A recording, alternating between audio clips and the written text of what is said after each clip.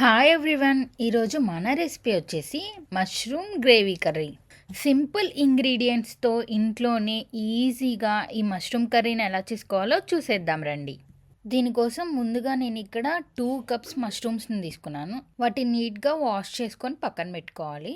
And మనకి rich gravyness కోసం నేను ఇక్కడ 8 to 10 క్యాష్యూస్ని అలాగే కొన్ని మిలాన్ సీడ్స్ని తీసుకొని సోక్ చేసుకున్నాను వాటర్లో. అలాగే నేను ఇక్కడ ఒక పెద్ద సైజ్ ఆనియన్ని తీసుకుని చిన్న ముక్కలుగా కట్ చేసుకున్నాను. అండ్ మనం 4 to 5 చిల్లీస్ని కూడా స్ప్లిట్ చేసుకోవాలి. అలాగే నేను ఇక్కడ 2 మీడియం సైజ్ టమాటోస్ని కూడా చిన్న ముక్కలుగా కట్ చేసుకొని పక్కన పెట్టుకున్నాను. ఇప్పుడు కర్రీ కోసం నేను ఇక్కడ ప్యాన్ పెట్టుకుని దాంట్లో ఒక టేబుల్ స్పూన్ ఆయిల్ యాడ్ చేసుకున్నాను. అలాగే ఆయిల్ కొంచెం వేడాక ఒక 1/2 టేబుల్ స్పూన్ జీలకర్ర అండ్ మనం ఆల్రెడీ కట్ చేసి పెట్టుకున్న చిల్లీస్ అండ్ ఆనియన్స్ని కూడా ఫ్రై చేసుకోవాలి. ఆనియన్స్ కొంచెం ఫాస్ట్గా ఫ్రై అవ్వడం కోసం నేను ఇక్కడ 1/2 టీ స్పూన్ సాల్ట్ యాడ్ చేసుకున్నాను. ఈ ఆనియన్స్ బాగా ఫ్రై అయిన తర్వాతే నేను ఇక్కడ ఒక tablespoon ginger garlic paste కూడా యాడ్ చేసుకుని ఫ్రై చేసుకుంటున్నాను. ఈ జింజర్ గార్లిక్ పేస్ట్ పచ్చివాసన పోయి ఆనియన్స్ బాగా ఫ్రై అయిన తర్వాత మనం ఆల్రెడీ కట్ చేసి పెట్టుకున్న టమాటోస్ని కూడా యాడ్ చేసేసుకుందాం.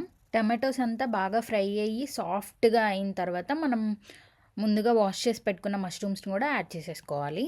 ఈ మష్రూమ్స్ బాయిల్ అవ్వడం కోసం నేను ఇక్కడ 5 to 10 మినిట్స్ లిడ్ క్లోజ్ చేసుకొని బాయిల్ చేసుకుంటున్నాను.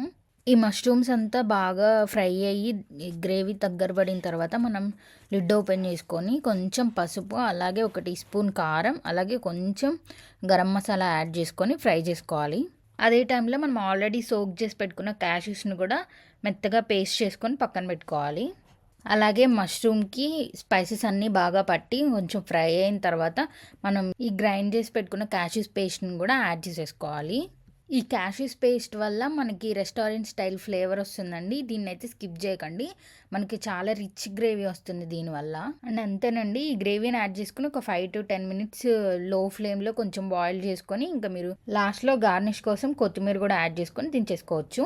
అంతేనండి, మన మష్రూమ్ గ్రేవీ కర్రీ రెడీ అయిపోయింది. చాలా టేస్టీగా ఉంటుంది. మీరు రైస్లోకైనా రోటీలో తిన్నా కానీ చాలా ఫ్లేవర్ఫుల్గా రిచ్ గ్రేవీతో మీకు రెస్టారెంట్ స్టైల్లో లాగా వస్తుంది. ఈ ప్రాసెస్లో ఒక్కసారి ట్రై చేసి చూడండి. మష్రూమ్ తినని వాళ్ళు కూడా చాలా ఇష్టంగా తింటారు. ఇలాంటి సింపుల్ అండ్ టేస్టీ రెసిపీస్ కోసం మన ఛానల్ని సబ్స్క్రైబ్ చేసుకోండి. Thank you for watching.